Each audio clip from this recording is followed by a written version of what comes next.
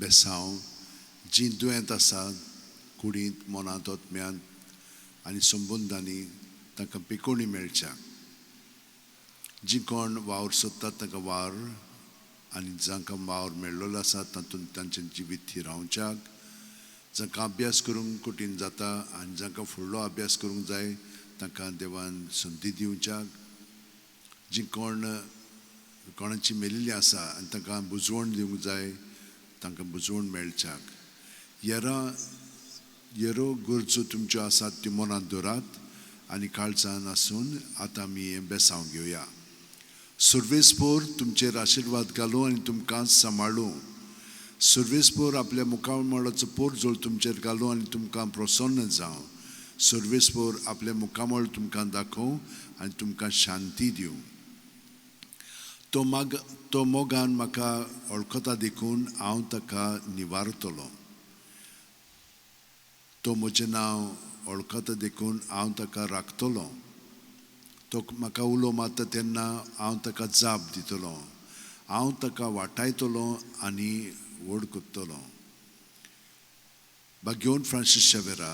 जेजूच्या मोगान तुजें काळीज सगळेंच लासतालें देखून जेजूचें नांव आनी सोडवणेची बरी खबर पुरगुटूंक देसा देसांनी तुमगे लोयांचो जीव झरून मेलोय ह्या पासत बापान तुका सरकार मोहिमेंत भरलो आनी संवसारांत तुजी कूड लेगून कुसूंक दिली ना ह्या देण्या खातीर सदोसान आमी बापाक दिनवासतांव आनी आतां आमचेच पासत तुजी विनोती मागतांव जण एकल्यान आपणाक जाय तें बाग्योन फ्रांसीस शेवेरा कडेन मागचें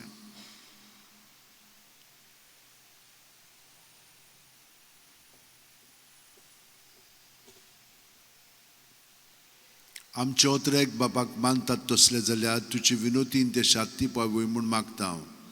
आनी सोगटा पासत तुजे बरोबर जेजू वरवीं पवित्र आत्म्या सवें बापाक वाकाणटा आनी सोरपो दितात देव बाप आनी पूत आनी पवित्र आत्मो आमचेर आशिर्वाद घालूं आमेन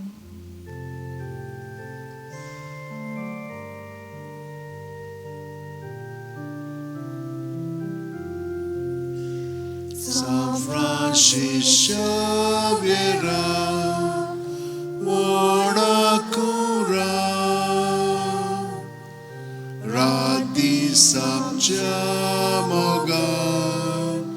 Las Lolia Besangal Saiba Desaramcha सांबाळून आमकां गोपान तुज्या बेसांगाल सायबा देवदार गोंयच्या